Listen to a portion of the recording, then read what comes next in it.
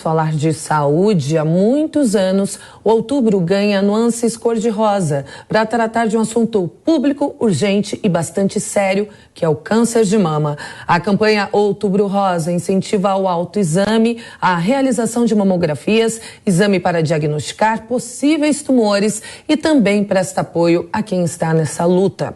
Afinal, as chances de vencer o problema são reais. E de acordo com a Federação Brasileira de Instituições Filantrópicas de Apoio à Saúde da Mama, a FEMAMA, as possibilidades de ter o câncer curado podem chegar a 95% se a pessoa for diagnosticada precocemente.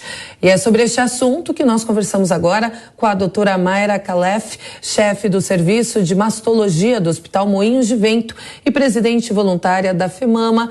Doutora, boa tarde, obrigada pela sua presença aqui no Headline News. Muito boa tarde, Kalina. É um prazer estar aqui e trazer toda essa mensagem da FEMAMA para todos os que estão nos vendo. Imagine, doutora, o prazer é todo nosso. Bom, primeiramente, a gente sabe que o câncer de mama, se diagnosticado precocemente, as chances de cura são grandes. Por que, então, ainda assim provoca tantas vítimas no Brasil? Nós temos um problema sério de alguns gargalos, né, para que a gente consiga fazer a mamografia e ser rapidamente diagnosticada com biópsia e passar para o tratamento. Nós temos leis no Brasil que nos asseguram esse direito, tanto de, no máximo, entrar em tratamento em 60 dias, quanto, no máximo, fazer o diagnóstico em 30. E a lei da mamografia, que é muito, muito antiga, que garante mamografia aos 40 anos anualmente. Mas a questão toda é que já vinha melhorando antes da pandemia. E com a pandemia, as pessoas realmente pararam de fazer os seus exames de rotina, fica em casa, bateu muito forte nas pessoas, medo, etc. E o que a gente viu é uma diminuição de pelo menos 50% do número de diagnósticos que a gente fez nesse último ano. E não é porque existe menos doença, é porque ele não chegou ainda no serviço de saúde. Jorge Serrão, sua pergunta? Então essa questão é que é fundamental de se indagar. A senhora costuma participar anualmente dessas campanhas, a última e essa agora, qual é a expectativa? Será que mais gente vai participar dela? Será que será quebrado esse medo que foi colocado aí em tempos de Covid para as pessoas participarem da campanha? Sim, eu acredito que nós estamos num outro momento, as pessoas realmente agora elas começam a se cuidar mais. A única coisa é que eu convoco a todos, a gestores e pessoas que podem melhorar o acesso rápido. Porque uma mulher que vai buscar uma mamografia e ela ainda tem que esperar 3, 4 meses ou mais, ela desiste. Então, a campanha do Outubro Rosa desse ano chama atenção de novo. Sabia que descobrir antes aumenta as chances de cura? Exatamente para ela não ter medo. A outra pergunta que a gente fala que nós temos as 3 perguntas que salvam uma vida. A segunda pergunta é: você conhece os avanços da ciência contra o câncer de mama? Entre lá no site da FEMAMA, procure se informar. Existem tantas associadas FEMAMA no Brasil, são 75 ligadas a um só motivo: aumentar o acesso ágil aos exames de diagnóstico e ao tratamento adequado. A terceira pergunta, muito importante, porque a gente precisa saber que tipo de doença a pessoa tem. Hoje em dia a gente fala muito de personalizar, humanizar o cuidado do câncer. Então, você conhece que para cada tipo de câncer tem um tipo especial de tratamento? É por isso que as chances de cura podem chegar a 95%. Doutora, falando em tratamento, a senhora mencionou os avanços. Quais são os últimos avanços no tratamento contra o câncer de mama? os avanços, vamos dizer assim, que estão chegando cada vez mais na linha das terapias-alvo. Por isso que eu estou falando do tratamento personalizado. É estudar o que aquele tumor está nos dizendo, é entrar nos detalhes até dos testes genéticos e oncogenéticos daquele tipo de tumor.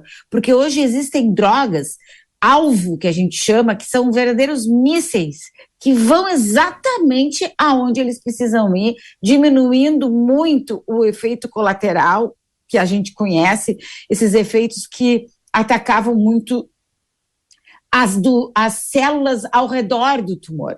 Então, essa é a tendência, é também desescalonar alguns tratamentos. A gente hoje em dia sabe quem precisa de químio, quem não precisa, quem precisa retirar toda a mama, quem não precisa, quem precisa fazer esvaziamento da axila, daquelas linfonodos, ínguas que tem embaixo do braço.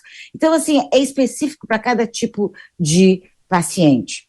Agora, antes de passar de novo para o Serrão, doutora, ontem mesmo eu vi uma matéria que mostrava uma pesquisa que dizia que alguns alimentos podem ajudar a evitar o desenvolvimento do câncer de mama, entre eles o peixe.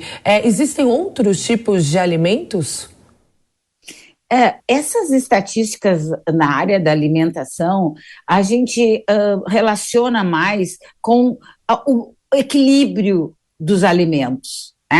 Então, por exemplo, assim, evitar gorduras, evitar frituras, tem alguns tipos de alimentos que eles podem aumentar os nossos riscos, porque eles impactam na imunidade, mas, na verdade, a gente precisa controlar o peso, controlar a dieta, controlar o sedentarismo, que hoje em dia são as principais causas de doenças crônicas, e o câncer está envolvido. Pouca gente sabe que um dos maiores motivos para a gente controlar o peso é diminuir o risco para câncer de mama também.